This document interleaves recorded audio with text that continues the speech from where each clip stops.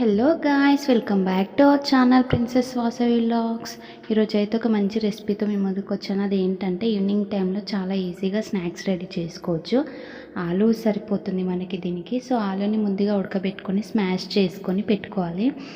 అందులో కాస్త శనగపిండి, కాస్త కారం, ఉప్పు, అల్లం వెల్లుల్లి పేస్ట్, ధనియా పౌడర్, అలాగే చాట్ మసాలా వేసుకొని మనకంతా కలిసేలా నీట్గా కలుపుకోవాలి. సో ఆలు అయితే మంచిగా ఉడకబెట్టుకుంటేనే మనకి ఎక్కడ చిన్న చిన్న ఉండలు లేకుండా నీట్గా వస్తుంది. సో ఇవన్నీ వేసి మనం మెత్తగా చపాతీ ముద్ద ఎలా అయితే తీసుకుంటామో అలా వేసుకొని మంచిగా కలుపుకోవాలి. సో కాస్త బియ్యం పిండి వేసుకొని మనం చపాతీ పిండి మిక్చర్లా తీసుకోవాలి. సో అలా మంచిగా తడుపుకున్న తర్వాత చిన్న చిన్న ఉండలుగా చేసుకోవాలి. ఆయిల్ చేతికి పెట్టుకుంటూ అలా తీసుకోవాలి.